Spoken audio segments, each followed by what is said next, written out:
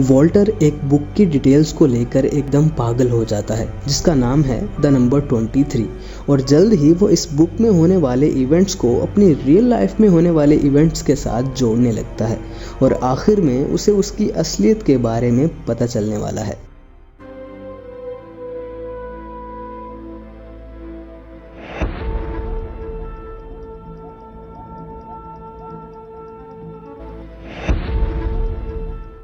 The number 23 2007 की एक thriller mystery movie है। इस फिल्म के डायरेक्टर हैं जोएल शूमेकर और IMDb पर इस फिल्म की रेटिंग है 6.4 स्टार्स आउट ऑफ 10 और 83% गूगल यूजर्स ने इसे लाइक भी किया है, इंक्लूडिंग मी। दोस्तों, मैं आपको रिकमेंड करूंगा कि पहले आप इस मूवी को देखें और फिर इस वीडियो एक्सप्लेनेशन को देखें। अगर आप ये मूवी नहीं देख सकते तो कोई बात नहीं, मैंने पूरी कोशिश की है कि इस वीडियो के अंदर आपको ये मूवी अच्छे से समझा दूं। तो दोस्तों, 1VR की तरह मैंने इस मूवी के भी 2 पार्ट्स कर दिए हैं। पार्ट 1 अभी देखिए और पार्ट 2 मैं कुछ दिनों बाद अपलोड करूंगा, जिसका लिंक आपको डिस्क्रिप्शन में मिल जाएगा। दोस्तों, ये मूवी बहुत ही इंटरेस्टिंग होने वाली है। आपको बिल्कुल ऐसा लगेगा जैसे आप भी इस मूवी के प्रोटैगनिस्ट की तरह इसमें बहुत से सवालात ढूंढ रहे हो और इनका जवाब आपको मूवी के एंड पर मिलने वाला है। तो बिना टाइम वेस्ट किए हम चलते हैं अपनी वीडियो की तरफ। तो अपने पॉपकॉर्न्स थाम लो एंड हियर वी गो।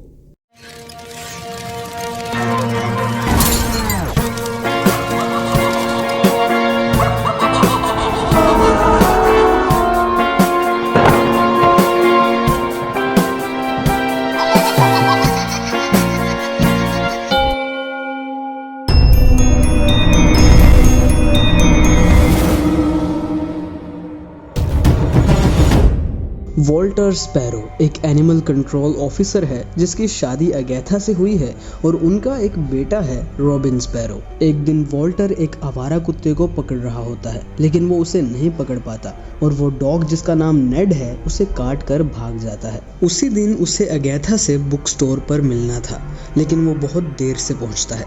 अगैथा जो कि बुक स्टोर पर उसका वेट कर रही होती है, वहाँ उसे एक बुक मिलती है जिसका टाइटल है द नंबर 23 और इसको लिखने वाले का नाम है टॉप सीक्रेट्स। ओह, ये नाम तो टॉप सीक्रेट से मिलता है। एनीवेज, अगैथा इस बुक को पढ़ने के बाद इसे वॉल्टर को उसकी बर्थडे पर गिफ्ट कर देती है। वॉल्टर अब इस बुक को पढ़ने लगता है और वो नोटिस करता है कि इसके और उस बुक के मेन कैरेक्टर के दरमियान बहुत सी चीज़ें एक जैसी हैं।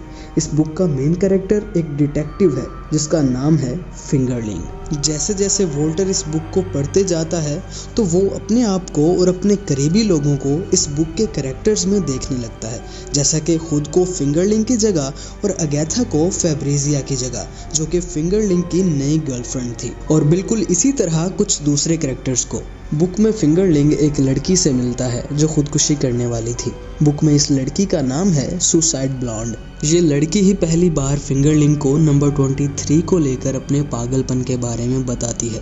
वो बताती है कि ये नंबर उसकी सारी दुनिया को कंट्रोल किए हुए है, जिसके बाद वो अपार्टमेंट की बालकनी से कूदकर अपनी जान दे देती है।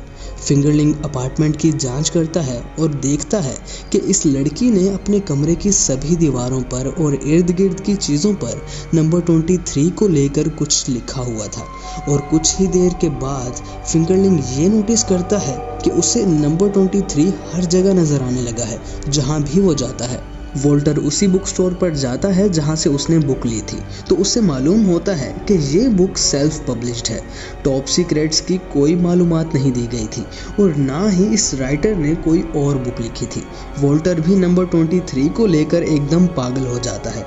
उसे हर चीज़ में नंबर 23 ही मिलता है, जैसे कि उसकी डेट ऑफ बर्थ में, उसके बच्चे की डेट ऑफ बर्थ में, उसकी बीवी ने जिस दिन उसे वो बुक दी उस टाइम में, उस डेट में, और इसी तरह कुछ और चीज़ों में उसे नंबर 23 ही दिखाई देने लगा था। उसे लगने लगता है कि उसकी जिंदगी का हर इवेंट, हर इंसिडेंट नंबर 23 से जुड़ा हुआ है। इस बात का जिक्र वो अपनी बीवी अगैथा से कर रहा होता है कि रॉबिन भी ये गुफ्तगू सुनकर इस नंबर 23 एनिग्मा में इन्वॉल्व होने लगता है।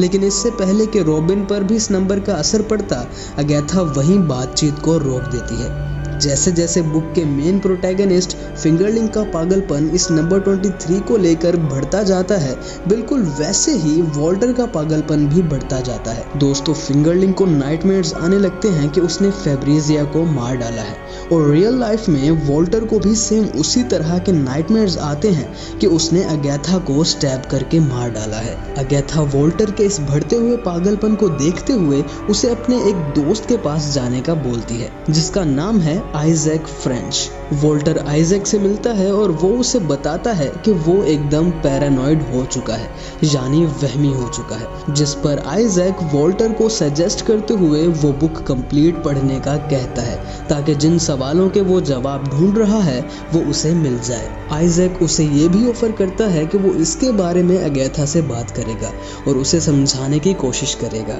वॉल्टर इस बुक को आगे पढ़ना शुरू करता है, जिसमें फिंगरलिंग भी अपने नाइटमेयर्स के बारे में अपने ही डिपार्टमेंट के डॉक्टर माइल्स फोनिक्स को बताता है, जिससे वॉल्टर आइजैक को डॉक्टर माइल्स के साथ कनेक्ट करने लगता है। डॉक्टर माइल्स फिंगरलिंग को सजेस्ट करता है कि उसे काम से ब्रेक लेनी चाहिए और वो फेब्रिजिया से भी बात करेगा। और दोस्तों, यहाँ हम साफ साफ देख सकते हैं कि वॉल्टर बुक की स्टोरी को अपने प्रेजेंट के साथ कनेक्ट करने लगता है। दोस्तों, बुक में फिंगरलिंग डिस्कवर करता है कि फेब्रिजिया के पास जूतों के 23 पेयर्स हैं। ये जानने के बाद वो उन जूतों को भी फेंक देता है। जब फेब्रिजिया देखती है कि उसके जूते नहीं हैं, तो वो फिंगरलिंग पर चिल्लाती है और उसके अपार्टमेंट से चली जाती है, जिसके बाद फेब्रिजिया को फिंगरलिंग में कोई दिलचस्पी नहीं रहती।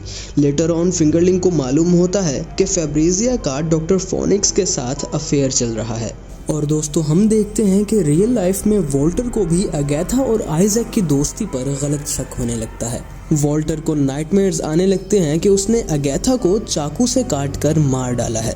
वॉल्टर इस सब से डर जाता है और ये सोचकर कि कहीं वो वाकई अगैथा को मार न डाले, घर छोड़कर किंग एडवर्ड होटल चला जाता है और रूम नंबर 23 में ठहर जाता है, ताकि यहाँ वो बुक कंप्लीट करे और अपने जहन को इन सब ख्यालात से साफ कर सके। वो फिर से बुक पढ़ना शुरू करता है, जिसमें डॉक्टर फोनिक्स फेब्रिजिया के अपार्टमेंट में जाते हैं, जहाँ उसे फेब्रिजिया की लाश मिलती है। डॉक्टर फोनिक्स, जो इस सब वाक़े से अनजान होता है, उस क्राइम सीन में पड़ा हुआ वो चाकू उठा लेता है जिससे फेब्रिजिया को मारा गया था, जिस पर पुलिस डॉक्टर फोनिक्स को फेब्रिजिया का कातिल समझकर उसे अरेस्ट कर लेती है। लेकिन असल में फेब्रिजिया को फिंगरलिंग ने मारा था और वो खुद इस क्राइम सीन से भागकर एक होटल में चला जाता है। फिंगरलिंग को फेब्रिजिया का मर्डर करने पर बहुत पछतावा होता है और इस पछतावे की हालत में वो बिल्कुल उस सुसाइड ब्लॉन्ड की तरह होटल की बालकनी पर खड़ा होकर सुसाइड करने लगता है। लेकिन दोस्तों, यहाँ ये बुक एकदम बेतुके तरीके से ख़त्म हो जाती है। आखिर में कुछ खाली पेजेस होते हैं और फिंगरलिंग की मज़ीद कोई इन्फॉर्मेशन नहीं होती।